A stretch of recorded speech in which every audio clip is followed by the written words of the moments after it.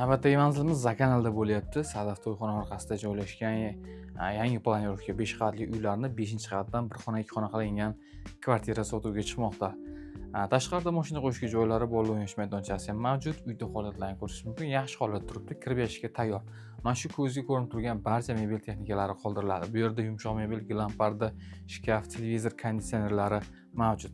Bu tomonda esa 3 metrli verandasi joylashgan. Oshxona bu tomonga ko'chirilib 2 xonaliga o'zgartirilgan. Xo'p, bu tomonda tashqaridan kirish qismi, koridor, yaxshi eshiklar o'rnatilgan. Bu yerda muzlatgich mavjud.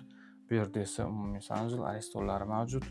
Bu tomon esa ko'rishingiz mumkin ikkinchi xonasi. Bu yerda ham alohida televizor mavjud.